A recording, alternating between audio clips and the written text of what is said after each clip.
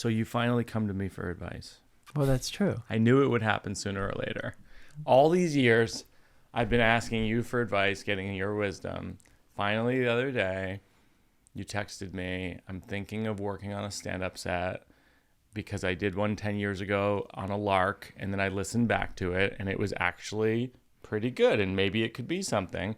So why don't I come on the podcast, and we'll work on a stand-up set. Yeah. Okay, so we're gonna maybe play some of your stand-up, and then maybe we'll stop and start with your stand-up. Okay. Because I actually think this is we get a lot of questions and emails from people who listen to this podcast. And I think a lot of times this is what they crave, which is how do you start with nothing or next to nothing and then build something from it? Well, that's exactly what I'm interested in. Right. So because I realized that when I did this set, you'll hear there's a thing that had just happened to me. Yeah. That I knew was a funny story. Yeah. I just knew it was a funny story because I was telling my friends that story. Yeah. And I was like, this is a totally solid, funny story. And I can imagine how you tell it on stage. And so I did that. And then I just thought of other stories along similar lines that could go with it. What I don't know is if I really wanted to actually make a stand-up set and put myself into the position that you're in, I have nothing. So where do I begin? That's the thing I don't know. And how do I move from like a list of like, here's some possible topics to now I'm writing a joke with a structure right. and it connects to the next joke. Like that's the thing that I'd like us to talk about. Right. I'm glad that you brought that up in relation to it's a story you would tell. Whenever people say to me, I want to try to do stand-up, but I don't know where to start, I always say to them, what's a story you tell? When you're at a party, Zarna Garg was on the show the other day, and like for years she was like the funniest person at the party kind of thing. And then like her kids were literally like, you have to do this for audiences. Because fundamentally, it really is, stand-up comedy is a party. It's one person being a little overly talkative. And then a group of people kind of like listening in and being like, oh, okay, this is a good story this person is telling. Yeah. So I do like that analogy. Okay, so let's play a little bit of it.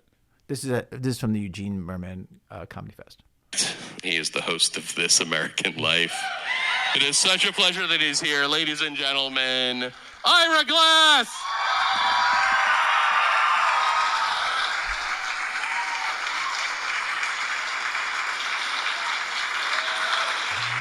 Right, this is a comedy show. I brought along like music just in case like I would start to feel like, oh, is this going on? Because I could always put music under stuff and it would just feel like, and just like, it would just all feel more safe and normal.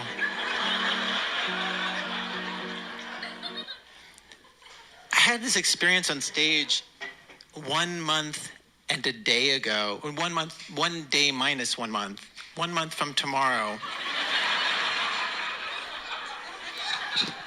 I had this experience on stage that honestly, it's haunted me. And I feel like I still don't know what to make of it. And I was giving a talk. Usually when I'm on stage, I'm doing public radio events, fundraisers for public radio Okay, I just want to stations. say, okay, right there. Okay, so that thing where I say, like, I had this experience and I don't know what to make of it. Now, you would do that in a radio story, but really you don't need that for a stand-up bit. There's no reason to throw that out there as bait. You could just say, I had this experience and go. I agree. I That think was waste. Qualifying it is only making the audience think about it too much. Yeah.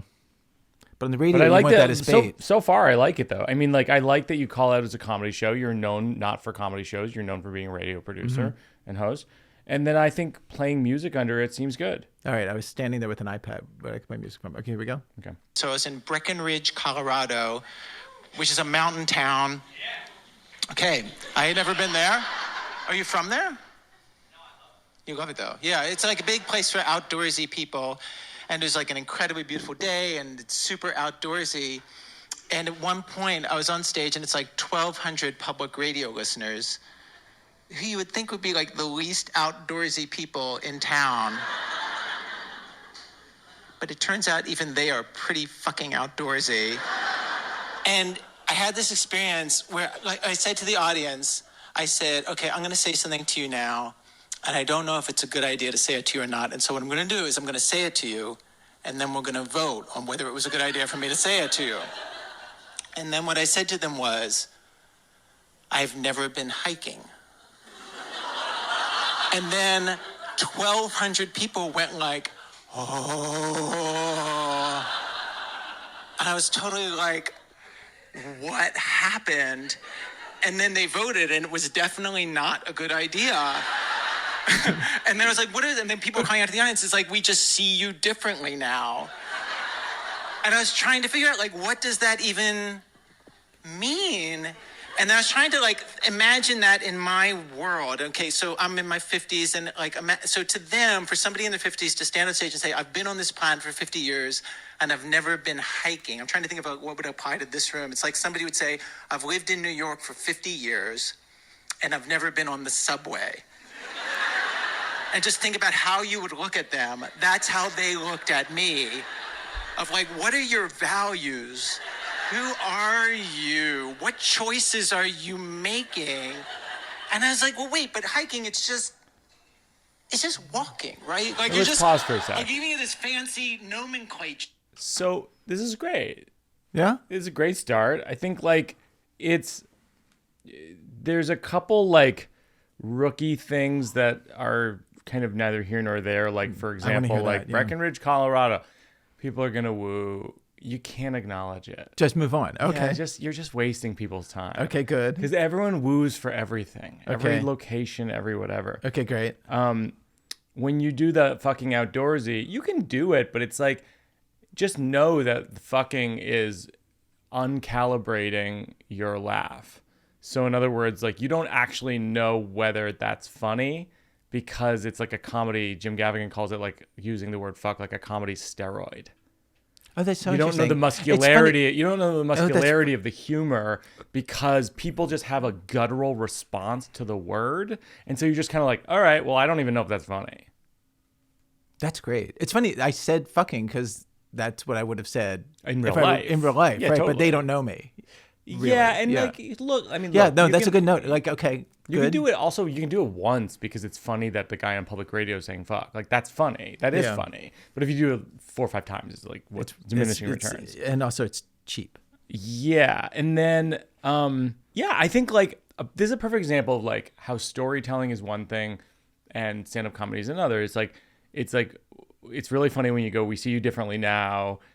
Because you don't hike, and then you go an analogy of like that's the equivalent in New York if someone's like, I don't use the subway, but then I don't use the subway. That's an opportunity that's joke soil. Like that's an opportunity to do a tag Oh, really? about like something specific on the subway, or to do other examples of what else is like the subway. That's like going to Texas and being like, I don't have a gun. That's like going to blank and being Right. like, you know. But wait, that's what, like would, going, that's what like, would other subway jokes that's be? like going to off- that's like going to Florida and saying I've read books, you know. But it's like that's your opportunity once you've gotten into the analogy. Sorry, Florida, by the way. I know you read books, some of you. But that's your opportunity because it's your step out from what your story is. Oh. And that's what separates. So you're just throwing away these lines. You're like, you're kind of like free associating once you have the subway analogy, which is a good analogy. But then you're just kind of like going like, you'd be like, what the heck or whatever. It's like, well, those are wasted lines.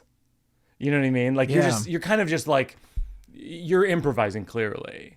But like you either have to get to more of the story or have your jokes be better and sharper. Right. It's like, if this, what, you know, all of joke tags are, if this, what else? If this, what else? If this, what else? Like a great example of that is like when you see an improv show, essentially the scene that you're watching is, here's like a regular day in the life of a family, you know, whatever, living in the woods or whatever, just going about their day. And then something happens where it's like someone discovers, wait, you have a cell phone? You know, like one person's Right. doing something different than everybody else. We all Right. agreed we weren't going to. And then the whole scene ends up being an act out of what would happen if. Right. You had a family living in the forest, no technology, and then it turns out one person doesn't have a cell phone. What's the act out of that? Okay, so in this instance, if I would go further just on the subway without going to other cities or states, where would I go what else would I say about the subway? Well, you could be like, and you try to play it off. You'd be like, of course I've been on the subway. That's the train on the tracks with the wheels and the steam, right? Right. You know what I mean? Like that's like an act out of that Right. conversation. Right. I see. I don't know. Okay. That might not be good, but All right, I'm just saying like yeah, that. okay. Like that's like a common way to make something that's a premise into a joke, which is to act out the hypothetical of if that happened. Like, so you're Right. saying like, I said I've Right. never hiked, and they were like, what the heck? And you're like, that's like if I was like, I've never been on the subway. And then it's like, you imagine like, well, what is that? What's the act out of that conversation? And then you're like, oh, no, I've been there. Mm-hmm. The orange seats and the, Yeah. All Okay. right. Let's keep playing. All right. Okay, so wait. And I was like, well, wait, but hiking, it's just walking, right? Like you're just like you need this fancy nomenclature, but you're just walking around. And they're like, yeah, but it's in nature. But I was like, how different is that really than when my wife and I go walking around like the West Village and looking at stuff that like it's totally different because it's nature. And I was like, but why is that different? And then there was also like a kind of whoa. And I really felt something I almost never felt, which is like New York pride. Because I honestly don't give a fuck about New York City. But like I really felt like, oh my God, I'm now a New Yorker. I had to come to Colorado to realize that I'm a New Yorker. That's all true. And then I'm talking to the audience about like, wait, what's so good about it? And then somebody like in the way back of the audience yells out something. I was like, what did you say? And everybody's around them is like claps. Like, that's right. And I was like, well, what did they say? And then somebody like a little closer to me in the auditorium yells out something I can't hear. And I was like, what? And everybody around them sort of like, that's right. What did they say? And then somebody like near me is like, sex while hiking. And I was like, sex while hiking? And I was like, well, how many of you 1,200 people have had sex while hiking? And then it was like, all of them. No. And then they were all like, yeah. And now I just want you to picture this from where I was standing, okay? When you do a public radio event, and it was just kind of it was a fundraiser, so it's like kind of expensive thing. It's like $60-$70 for the tickets, which Years like, is ago. expensive here, but in Colorado is crazy. Like, I don't know if you've ever For tried to Pastor's buy anything anywhere. Yeah.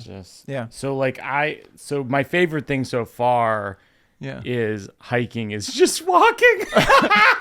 That's Why? so funny.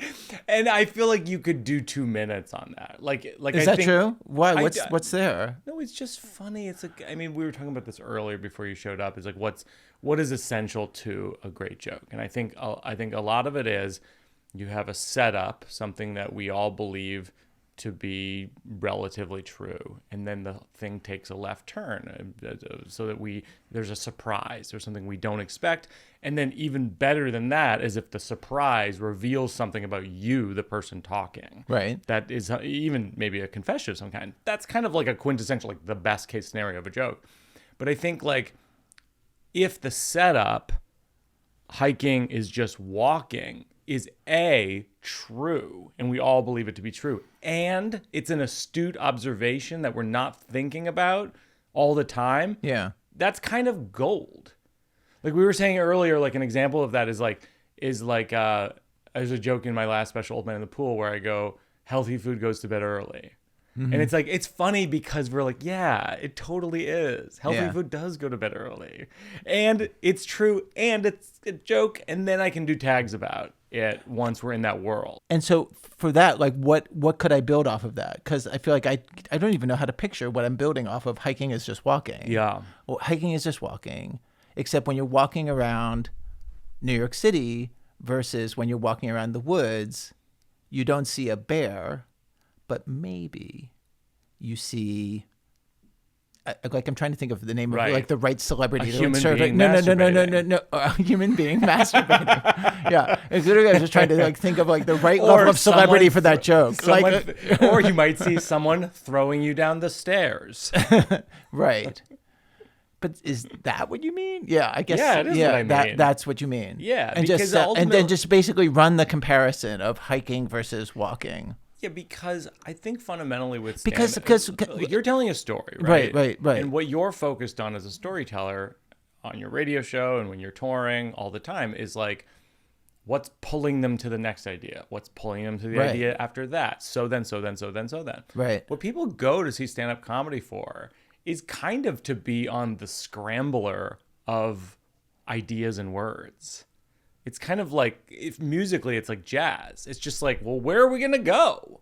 And so you going like from hiking to the subway to this, like jumping around actually is part of, I think, what's fun about it. Okay, if so the here's ideas are interesting. Okay, so here's another pitch for hiking is just walking, except when you're walking around a city, there's something interesting to look at. And the problem when you're in nature Yeah. is it's just trees. Oh, that's great. It's repetitive. It's For repetitive. starters, Like, it's like repetitive. it's just, yeah. Yeah, and it's a little bit like There's no variety. Yeah, it's a little bit like, yeah, we get it, forest. tree, dirt, like Tree, yeah. pattern. Yeah. Repeating. Okay, and then I wrote down sex while so let's say you set up the idea of hiking is just walking, and then you get to this really funny part about sex while hiking, and they all kind of know it's like an inside joke on you, which I think is a joke unto itself too. The joke on you from the audience is funny. Dude, I have to say, like, this is the thing I don't know the answer to, and I don't sell this well in the stand-up set, is I literally don't know where they're putting me on. 1,200 putting you people. on. No, I they're think not that's putting me on. real. They all have had sex while hiking. I'm going to ask Gary and Mabel, do you think this is a thumbs up or a thumbs down on things people do? 100%. 100% yes. Yeah, they're both saying 100% yes. Yeah. Yeah, people do this. Yeah. No, they were not putting you on. And actually I think it's an interesting part about this is where the personal revelation could come in. I think the thing you're describing to me right now is interesting. The fact that you don't know about this conspiracy of sex happening in the woods is Yeah. hilarious. Wait, Because have you it's a gone personal hiking? revelation about you. It means you haven't had sex in the woods. No. And so as a result, you're divulging this to the audience. Yeah. And then so the joke is on you in the story, but also the joke's on you with the audience, which is good. Yeah. I think see it's that. great. Yeah, okay. Well, it's super funny. So then I just had a tag, which is sex while hiking. And then you're like, is that a thing or whatever? And then I thought as a callback to your own joke, sex while hiking is just sex while walking. And then you could be like, are people having sex while walking? Wow. Okay. That all tracks, right? Like as Yeah, something yeah. that could be something. I'm not saying that that's the thing. I mean, Yeah. I'm just like sitting at a table here. Okay. All right. Let's Yeah. keep going. All right. It's a fundraiser, so it's like kind of an expensive thing. It's like $60-$70 for the tickets, which like is expensive here, but in Colorado is crazy. Like I don't know if you've ever tried to buy anything anywhere outside of New York City. You remember what it was like before you lived in New York City? Like, okay, so my wife and we moved here in 2006 or 2007. Okay, I feel like this next joke is kind of cheap. Okay. And I had this experience 2 years ago. I was in Dallas. Yeah, awesome, right? And I was at a bar with 3 people, and I went to the bar to buy us a round of drinks. And it was 2 Jamesons and 2 beers, and I pull out $40, and the bartender's like, that's $14.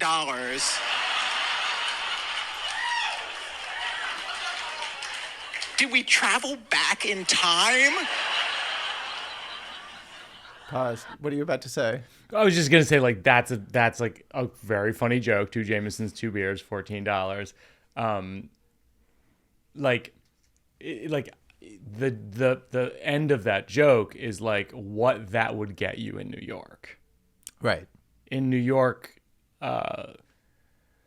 it's like in New York, if you went to a bar and asked for a glass of water, they would say it's $14, but don't worry about it. Yeah. You know what I mean? Yeah. Just to Yeah. give the sense of like what New York is like. Yeah, bring it back. Yeah. Yeah, there's just more there than I'm using. Yeah. Did you guys know this? It's crazy.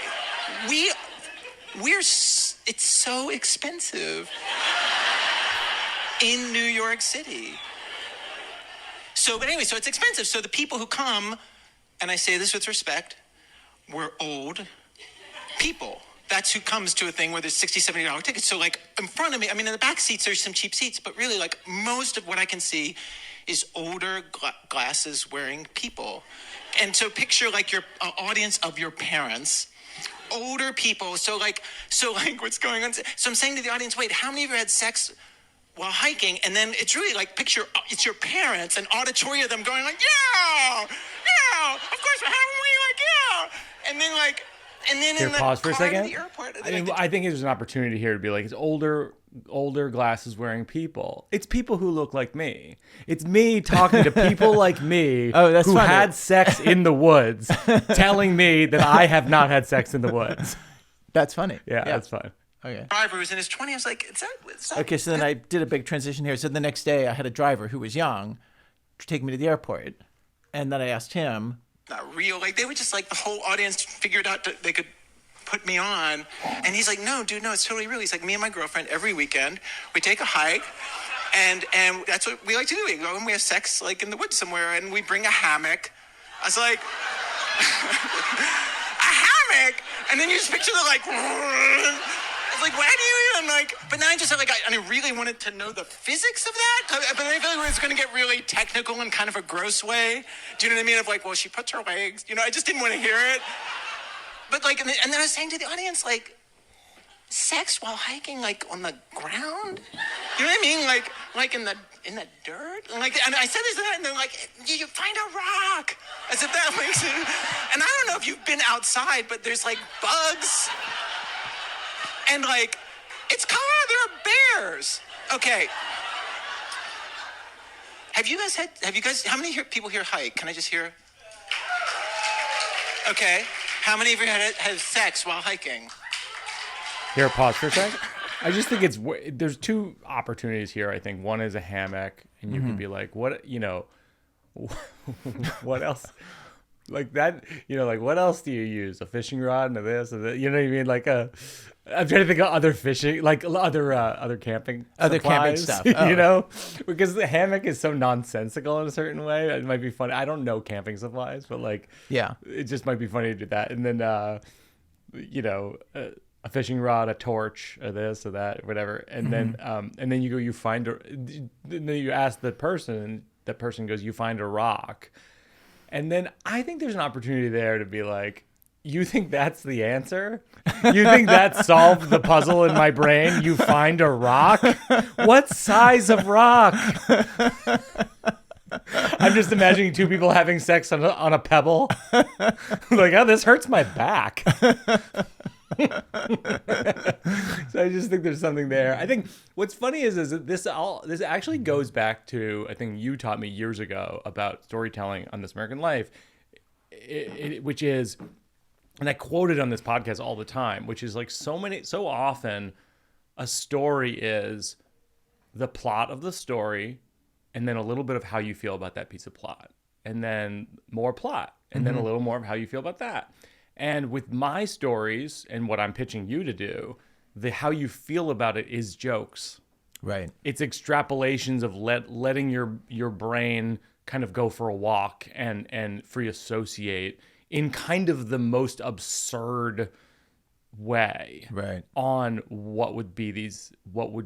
how you feel about it. Right. And like putting yourself in the shoes of yourself, talking to this local guy, being like, do people do this? And him being on a rock. It's like, how do you feel about that? Like increasingly, like it's almost like a Kafka-esque story. It's like increasingly you're the person who's not involved with this like mass sexual hike conspiracy, Yeah. which I think is funny and I think oddly relatable. Huh. I think we've all been in a situation, whether it's not sex and hiking, obviously that's just you, but like other things where slowly we realize we're the person ones who's on the know. Yeah, outside yeah. of the thing. I think that's what the story is. Yeah. All right, let's keep playing it. All right. This anecdote's almost over. Here we go. They do not advertise hiking properly at all. So is that why REI is such a big thing? Okay, so last weekend, I went to another mountain town. I was in Missoula, Montana, 70,000. All right, yeah, awesome place. And then I laid out the whole thing and the sex while hiking, and they all were like, yeah. And then I get to my whole speech about public radio, and then there's question time. I took 6 questions, and the last question was some lady in the audience in the way back row. I couldn't see her, and she raised her hand. She's like, want to go hiking tomorrow? That's a great ending. So, Want to go hiking tomorrow? I didn't even write it myself. Some random lady. Oh, right. That She really said happened. It. That really happened. That really happened. Yeah. Want to go hiking tomorrow? Yeah. That's cool. Yeah. And then did you go? No. I was a married man. Right. But like for the joke, this is where the journalism of your show and the comedy that I do depart from one another, which is like if it's working, I might place this in a scenario where you're not married when this story happens. Right. And then you would go, so we went hiking and we didn't even have sex. She just wanted to go hiking. That's fine. She and I are the only 2 people who don't think of that this is what hiking's for. This is actually what people ask for all the time, but since we have Josh Johnson and Tig Notaro and all these people who are pros, it's more like level 10. Yeah, they know what they're doing. Doing it. Yeah. Right? And a lot of people, listeners are like, how do I start? And it's like, this is actually How you start. So I'm good because you basically finally got a listener who's a beginner on the show. It's true. Yeah. We found our guy. Oh, that's me. Yeah. Well, you have some. I don't know. I feel, yeah. Go ahead. No, I feel, yeah. I feel like I'm totally civilian level funny. I'm not professional level funny. And I know that because when you say like, well, I know that because you and I work together, and sometimes I'll be like, we need a joke here, and you'll just have a joke. You'll just and then we'll be, no, not that one. You just make up another one. Just Yeah. like, I can't do that. Like when you say like, oh, fill this out with more jokes right here. Like I feel like I don't know. That's a part that I feel like that's a part that I don't know how to do. I don't know if I can. I don't know if I don't know if my brain associates that way. Well, you definitely Pre-associates can. that way. Yeah. It's just a matter of forcing your brain.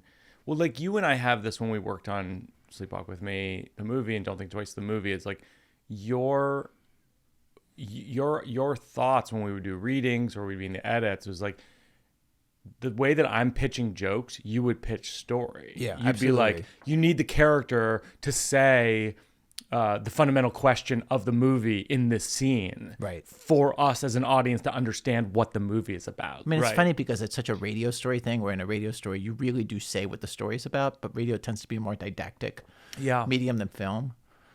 So and in film, it could be really bad if you say it. But it's funny but in because- this case, it worked. But you have that first story. Your brain, Yes. you've basically chiseled your brain into a knife that Yes. that strikes at story all the time. Right. And you're so good at.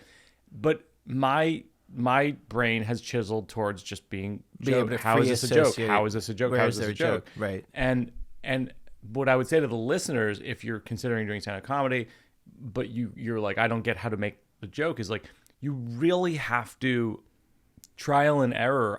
This is how I started. When I was 19 years old in college, I was working the door at the DC Improv. I came up with my own exercise, which was you write down a setup, which is something that is true or we all believe is true. And then I would write 5 punchlines. Like, what about this? What about this? What about that? So like the first joke what would a first joke I ever wrote that worked, we have it in Sleepwalk with Me, where I go, my girlfriend is getting to the age where she's thinking about having kids, which is sad because we're going to have to break up. I've decided I'm not going to have kids until I'm sure that nothing else good can happen in my life. And the reason the setup is a setup is that my girlfriend's a little older than I am. She's thinking about having kids. And we all go, okay, I'll take your word for that. Sure. Okay. That's a setup. Sure. And And then the which first is sad. joke- The and then punchline is the sad first because joke we're is gonna have to we break up, right? Because we And don't then- see that coming because it's like, whoa, that's how extreme you're gonna go. Right. And then I've decided I'm not gonna have kids until I'm sure nothing else good can happen in my life. I think it's a joke because it's just a revelation. Right. It's almost like a philosophy. It's like, oh, not only is this guy not ready to have kids, he has like a life philosophy on why he essentially would never have kids and why would anyone ever want to have Right. kids. Right. So that's why, so that's what I would say to the listeners who are considering writing jokes is like, write out a setup, something we all believe to be true, and then write out 5 punchlines. And honestly, just like see if you can find a friend, ideally another friend who's trying to do stand-up comedy, and just bounce back and forth what your punchlines are. Yeah. And so often I'm just writing down a setup and I'm writing down 5 anything. Like, what about this? What about this? What about this? Because you actually don't, and that's why I would say to you about your story, you don't know what is going to work. I mean, when I go this weekend as a Comedy Cellar working on new jokes now that I've wrapped The Good Life and it's like on to the next chapter, and it's like, I don't know what's going to work. Mm-hmm. I've been doing this almost 25 years. I do not know what will work, you know? I'm just going, like, I have a sense of it. I'm like, yeah, I think this is funny. I'm going to say it in front of people.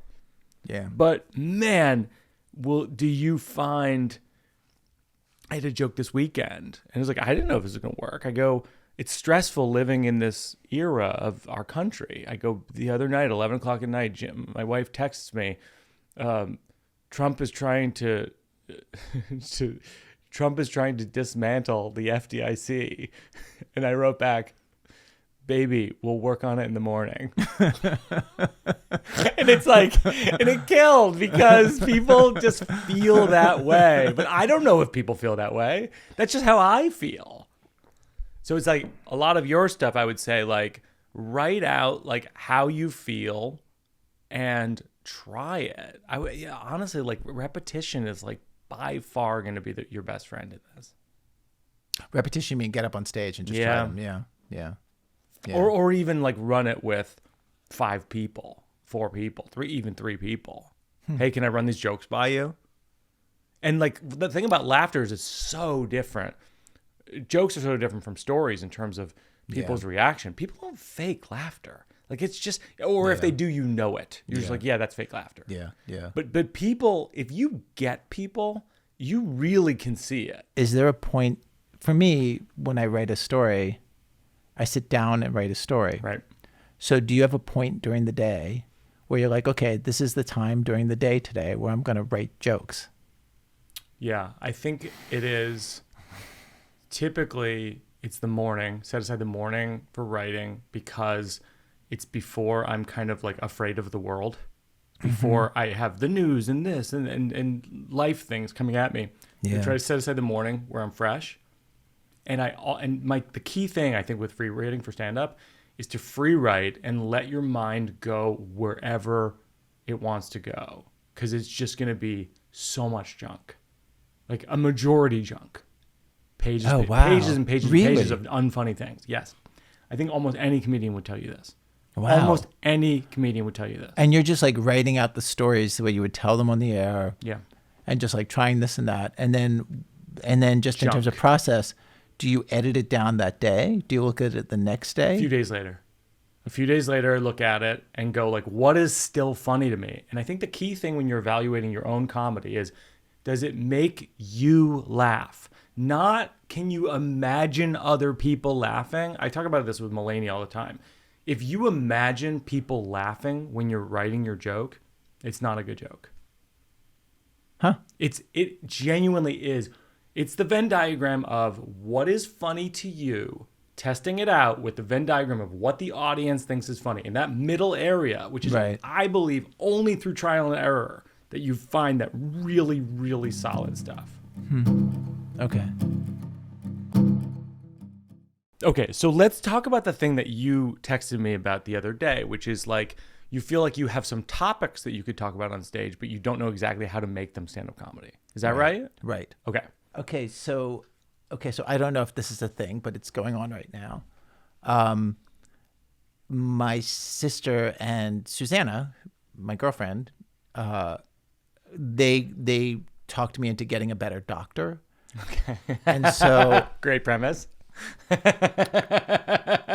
and so I have this doctor who then set up all of these appointments for me with other doctors and specialists, and have had apparently like, you know, I'm being checked for cancer in all these new ways, and just there's been just like a test. Pretty much I've had a doctor's appointment every day that I'm in New York to look at something. Like today I had the experience of going to a dermatologist, which is why I'm dressed the way I am, because I dressed for the doctor. Do you dress for the doctor? No. You don't dress for the doctor? What are you talking A new doctor about? who you've never met? You don't No. want to look like you don't dress for the, you guys don't dress for the doctor? But you What are never you met trying them. to, trying to hook up with a doctor? No, I just want them to think like you're like not. This is a bit, by the way. Really? Dress for the doctor don't dress is a for the bit. doctor? Are you kidding me?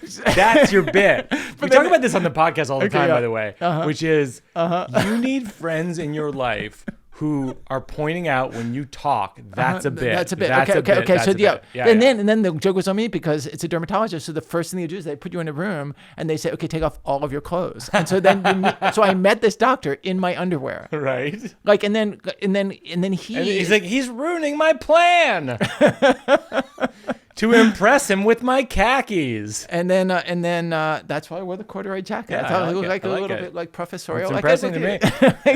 Do you mind taking that off, actually, and your shirt and your pants as well?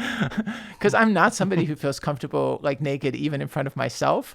Like That's I just funny, feel yeah. very I awkward. relate to that, yeah. Yeah. Okay. And so then and then we had a whole awkward conversation.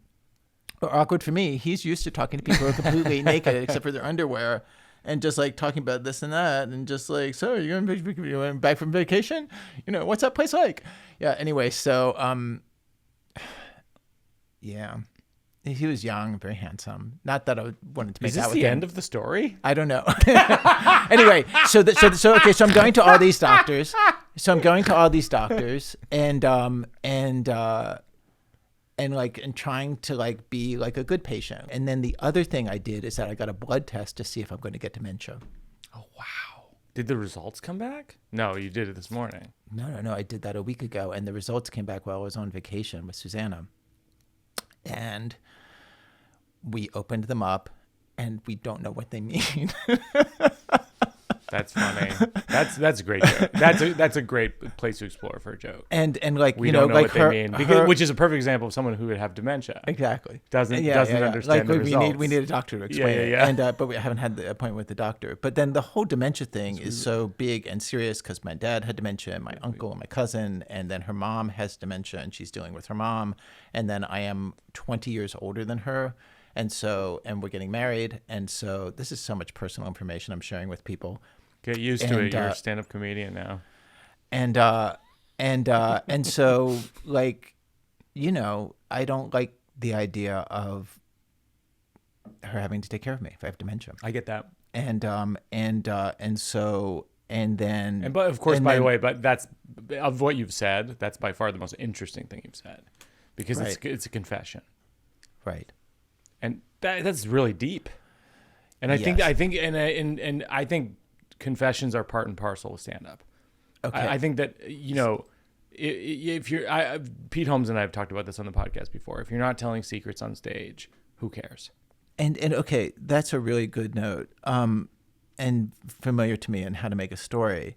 But then if I were to go into the whole dementia thing, like would I talk about caring for my dad with dementia and I what think that was absolutely, like, yeah. and talk about like her experience with her mom if she would let me, yeah, I think all of that is really good, and I think it's very relatable and it's vulnerable about you fearing. It's really interesting, actually. I've never heard someone say they're worried about getting dementia because the other people in their life would have to take care of them. I think that's really interesting. Yeah. And I think in terms of like a joke in that, it's like, and it's a hard joke to write. I mean, look, it's like writing jokes about dark things is hard. It's like I remember the first time I wrote a joke about a dark thing was the first dark thing I wrote was I had when I had bladder cancer, and I said to the audience, I go, but it's funny because I'm a hypochondriac, and I think the funniest thing that can happen to hypochondriac is you get cancer because you're like, see, I told you. Remember last week when I thought I had rickets? I'm probably right about that too. There's going to be a lot of changes around here. And I remember when I wrote that joke, I was like probably like 23 years old when I wrote that joke. And I was like, oh, that's great because the audience is signaled that it's okay to laugh at this subject matter. And of course, with my special that's about to come out, a lot of it, I have to do a lot of that because it's about my dad having a stroke. And so it's like, are we okay as a group to laugh about that my dad had a stroke? And I tell the audience basically through jokes that we're gonna joke about it. But how do I, like, the stories about my dad having dementia and what it was like to witness that and be part of it, and yeah, like I don't even know where to begin. Like I could talk about what it was like. I don't know how to tell that as a, like I know how to tell it as a story. I guess I don't know how to find the laughs in it. Yeah. Was there any moment when you were spending time with your dad where something stuck out as a realization to you? I mean, the closest I have to that is that, you know, like you're watching your parent and they're so reduced, and it's just hard to know with like what to do with your feelings about it. In my dad's case, at some point I realized that he had been on a trajectory towards this moment for a long time. Like he's somebody who never really liked new things. He didn't enjoy travel very much. And there was a point like years ago, like a decade ago maybe, when I was down visiting him in Baltimore and he was driving me. Could still drive. He was totally like himself. Then he was driving me to the train, and so it's just the two of us in the car, and I was saying like, so what's going on that you're enjoying? Like, what's kind of fun? What are you into right now? And he said nothing. And he didn't say it in like a self-pitying way. Right. He didn't say it in a kind of like, it wasn't like for show. It Sorry to wasn't, laugh at this. This is funny. It is funny. I think him saying nothing Like is literally really nothing. funny. Is that true? Like I don't know. For me, it's just like that real moment. Like, so you'll explain how it's funny. But anyway, so he said nothing, and then it's funny because I remember like at that moment I thought like I got to get him interested in something. You know what I mean? Like what could I get him interested in? Then you think like, well, maybe he could learn to play bridge. Like he's really great with numbers. He's an accountant, or like poker. You know, like poker. Yeah, can I interrupt you? Yeah. It's like, and I realized like I had to get him interested in something, and then I realized that's what I've been trying to do my whole life. Basically, yeah. And it's true. Except this time he literally can't do anything. You know what I mean? Like earlier in his life, like I was trying to get him interested in stuff, but he could do something. Now he literally can't do anything. You mean once the dementia developed? Right. Yeah. Exactly. No, like, and basically, like his world just got smaller and smaller and smaller until his whole world was he would get up kind of late. He would go and he would have like a little ritual he did with like changing the battery in his hearing aid, and like he took a certain pills, and then he had the same breakfast every day, and then he would sit on a couch in front of golf.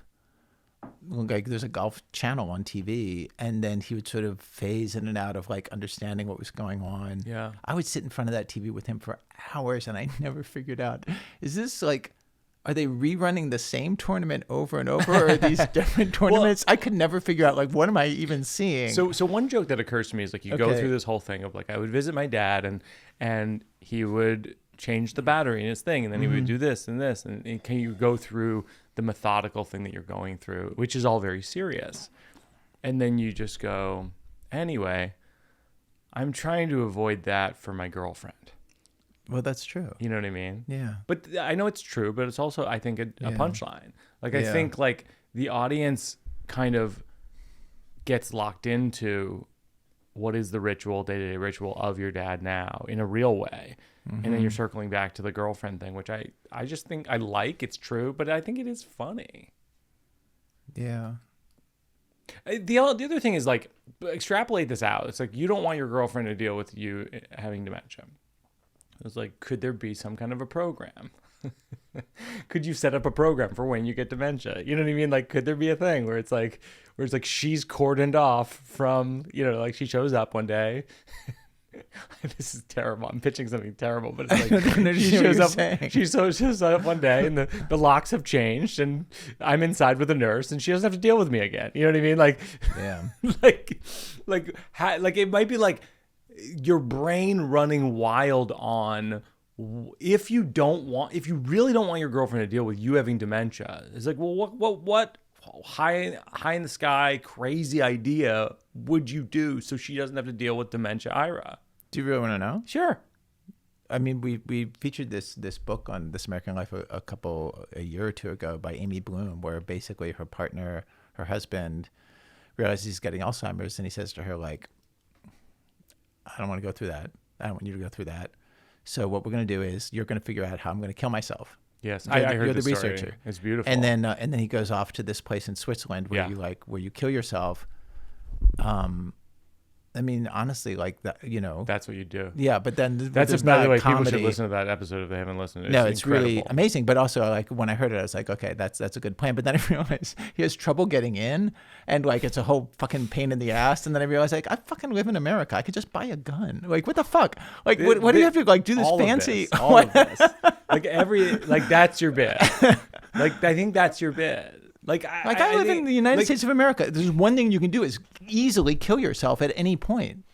By the way, you and I have done a lot of stories over the years, Yeah. and the classic example of this in yours and my process was in my girlfriend's boyfriend.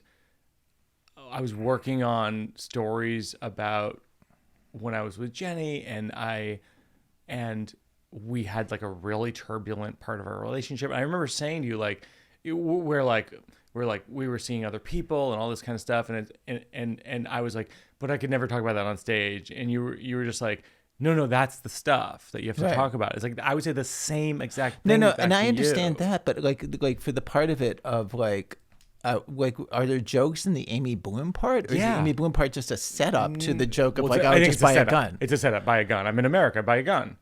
Unless I can buy 10 guns. I could buy a semi-automatic weapon. I can. Yeah. I mean, that's your joke. It's like, Right. I'm in America. I mean, if there's one thing about America that works, it's too many guns. Too many guns. which is a really dark thought. It's probably too much. Maybe certainly too much for your audience. But yeah, that in that vein, I think like you have to let your brain go unfiltered. I mean, you have to get on, and the big thing is you got to get on stage. I don't even know if you have enough time to get on stage. You're so busy with your show, but I do think that that's where you're going to find it. Yeah, but I wrote down this one random joke, which is like, my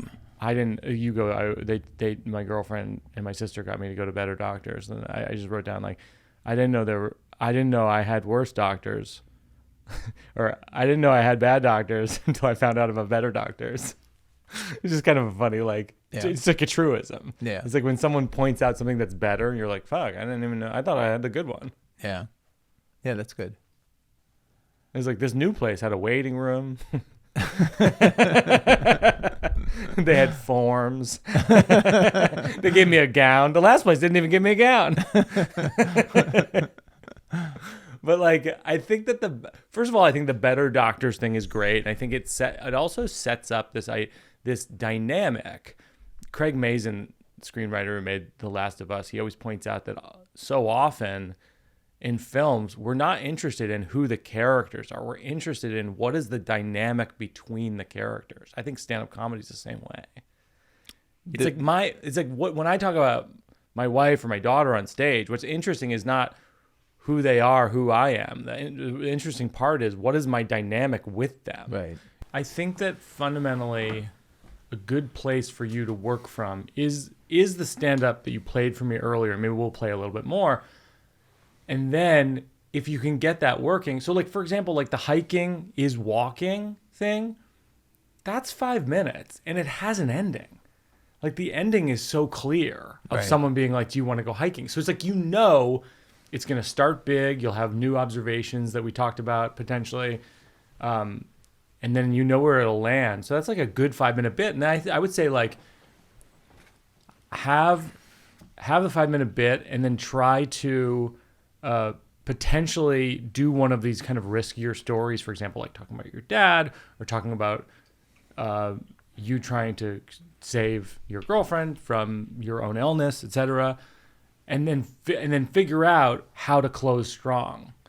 So I think that's going to be the challenge is stage time. Stage time is key. And then I think you have a great beginning bit. You need to come up with a good closing bit. And then in the middle is where you'll put the stuff that honestly it's like experimental. Like it's going to be hard to figure out where the laughs are in talking about illness and your girlfriend and seeing doctors and all that stuff. But once you find it, I think that that's going to be probably the best stuff you have because it's most personal. The final thing we do on the show is Working Out for a Cause. Is there a nonprofit that you like to support that we will contribute to and then link to in our show notes? I would say that given the current challenges facing public broadcasting, if people listen to their local public radio station, this would be a really good time to donate. That is a great point. And the also, funding is threatened, and, it's a good moment for it. 100% true. Also, to be a subscriber to This American Life to get bonus episodes. Sure, do that too. But I feel like I feel weird asking people to donate to a charity that like I run. Okay. So I'm going to give you WNYC because that's Great. our local one. Great. And we'll link to them in the show notes, and hopefully people will contribute there. Yeah. Ira, thank you so much for coming on the show to actually work out material. I know. Wow. Yeah. Well, thanks for the advice. I think you were our first guest. I think I was too. So should I come back with should I come back with material? Do you want me to come I'm open back? to you coming back. Okay. I'm open. As you know, first of all, you've been the great ally of my entire artistic career. You're the mentor that I thought I'd never have, that no comedian actually was willing to be. So you took on that daddy role in my life. Well, that's true, right? Kind of, yeah. So like so early in my career, all I wanted was a mentor. All I wanted was someone. I wanted Colin Quinn. I wanted, any number of these comics to take up my cause and help me and teach me. And like no one did, and then you did. Huh. So anyway, Okay. which is all to say, All right. I'm at your behest. Whatever you want from me, I'll do this anytime. You can go work on material, come back, and we'll keep talking about it. All right. That's it? Well, maybe I will. Yeah. All right. Okay. That's very helpful. Thank you. Great. That's great.